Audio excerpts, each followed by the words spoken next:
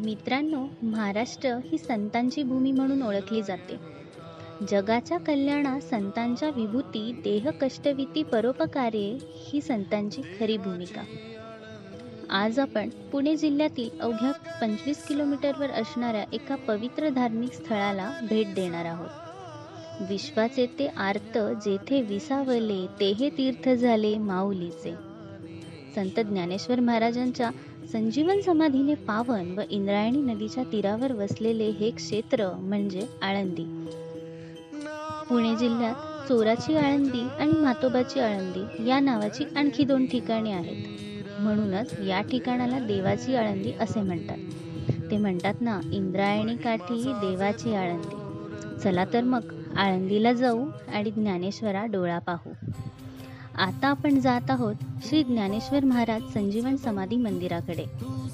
वाटेवरच दोन्ही बाजूला विविध प्रसादालये, माऊलींच्या मूर्तींची दुकाने, त्याचप्रमाणे अन्य वस्तूंची खरेदी दुकाने, आपल्या चिमुकल्यांच्या आवडीच्या खेळांची दुकानेही येथे आहेत. आता आपण पोहोचलो आहोत मंदिराच्या मुख्य प्रवेशद्वारापाशी. येथे येताच मन अगदी प्रसन्न व भक्तिमय होते.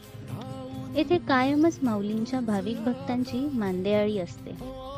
मंदिराची अतिशय सुबक अशी संरचना पाहताच मन अगदी थक्क होते. बाहेर असणारे हे LED चित्रण पाहताच माऊलीच्या दर्शनाची अधिक आस लागते.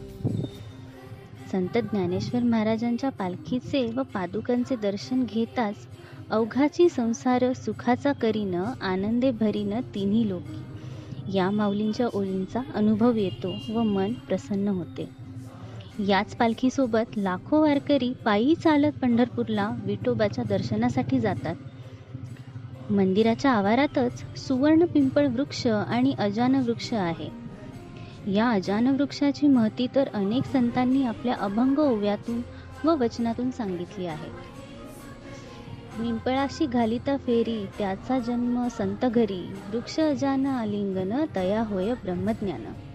अगदी याच संत वचनाप्रमाणे गेली 7 शतके हा ज्ञानवृक्ष जनमानवाला प्रेरणा व आत्मशक्ती देत आहे. अशा या पवित्र वृक्षाच्या छायेमध्ये अनेक भाविक भक्त भक्तिभावाने पठन मनन करतात.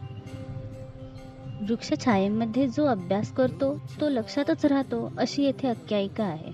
पण हो, त्यासाठी एकाग्रचित्त आणि सराव तितकाच महत्त्वाचा बरं.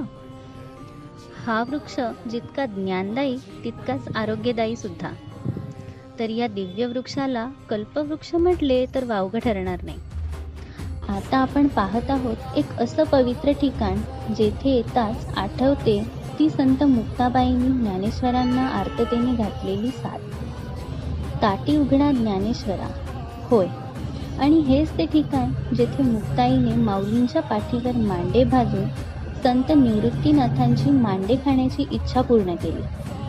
विश्वकल्याणासाठी झटत असतानाही माऊलींना आपल्या भावंडांप्रती असणारी माया यावेळी समजते. आता आपण पाहत आहोत माऊलींनी आपल्या अद्भुत चमत्काराने चालवलेली भिंत.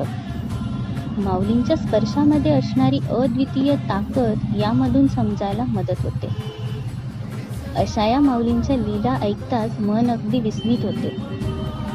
आता आपण पाहत आहोत इंद्रायणी, जिच्या काठावर हे मंदिर बसले आहे. इंद्रायणी सांगे कथायोगी यांची, जगताहो सावली ज्ञानेश्वर माऊली. यावरूनच इंद्रायणीचे महत्त्व आपल्याला समजते. अशी ही पवित्र नदी पाहताना मन तिथेच विसावा घेतं. असं हे आळंदी तीर्थक्षेत्र म्हणजे महाराष्ट्राला मिळालेला एक पवित्र वारसाच. आणि हा वारसा जगवणं व जगाच्या कानाकोपऱ्यात पोहोचवणं ही आपली जबाबदारी. तुम्हीही येथे या व या ठिकाणाची अनुभूती नक्की घ्या. चला तर मग आळंदीचं हे महात्म्य व माऊलींचा कृपाशीर्वाद घेऊन पुन्हा भेटूया अशाच एका नवीन भक्ती प्रवासात.